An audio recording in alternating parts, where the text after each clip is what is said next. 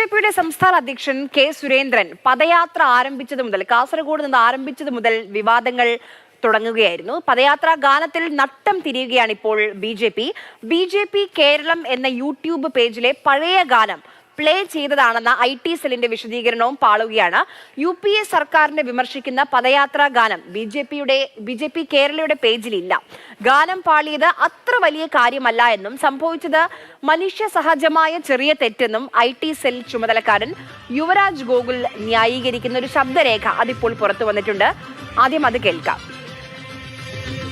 ഇതൊക്കെ ഒരു മാനുഷികമായ തെറ്റായിട്ട് മാത്രമേ സത്യസന്ധമായിട്ട് എനിക്കുന്നുള്ളൂ. അപ്പോൾ ബാക്കി പല വിഷയങ്ങളും പലയിടത്തും ഉണ്ടാവുമായിരിക്കില്ല എന്നൊന്നും ഞാൻ പറയുന്നൊന്നുമില്ല.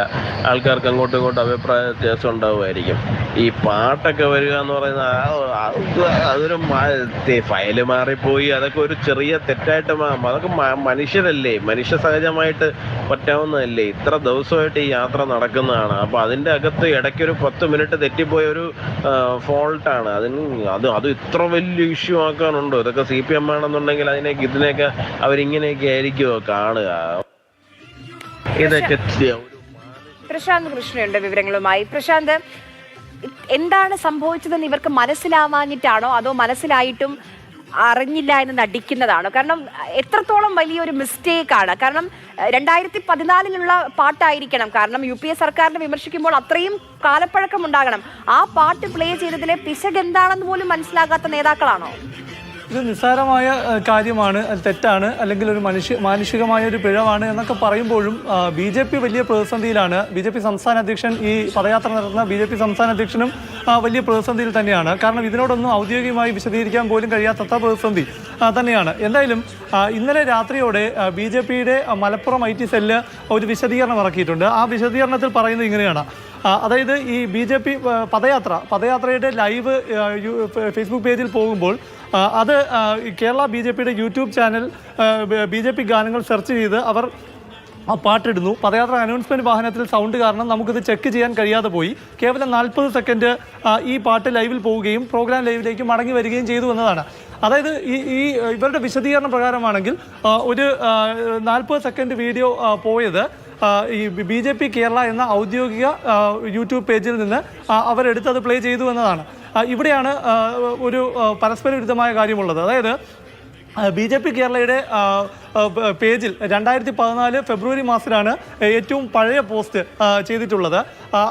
അതിലൊന്നും തന്നെ അതായത് ഈ വിവാദമായ പാട്ട് കേന്ദ്ര സർക്കാർ അഴിമതി നിറഞ്ഞതാണെന്നും അതിനെ തച്ചുടയ്ക്കാനാണെന്നുമുള്ള ഈ പദയാത്രയെന്നുമുള്ള പാട്ട് അതിലില്ല എന്നതാണ്.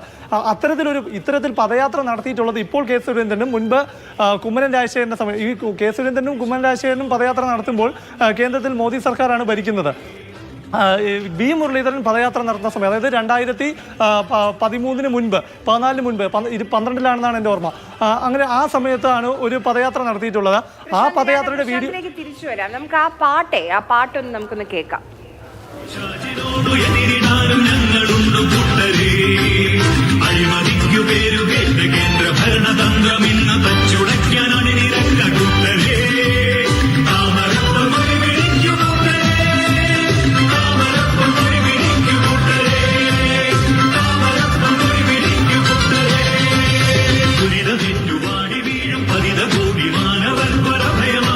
നമ്മൾ ഇടയ്ക്കിടയ്ക്ക് എന്തുകൊണ്ട് കേരളത്തിൽ BJP പച്ച തൊടുന്നില്ല, അക്കൗണ്ട് തുറക്കുന്നില്ല, താമര വിരിയുന്നില്ല എന്നൊക്കെ ചർച്ച ചെയ്യാറുണ്ട്. ഇതിനും വലിയൊരു ഉദാഹരണം എന്തുകൊണ്ട് എന്നുള്ളതിന് മറുപടി വേണോ? കാരണം ഒരുപക്ഷെ അമിത്ഷായ്ക്കൊക്കെ മലയാളം അറിയായിരുന്നെങ്കിൽ ഇവരുടെയൊക്കെ കാര്യത്തിൽ ഒരു തീരുമാനമായല്ലേ?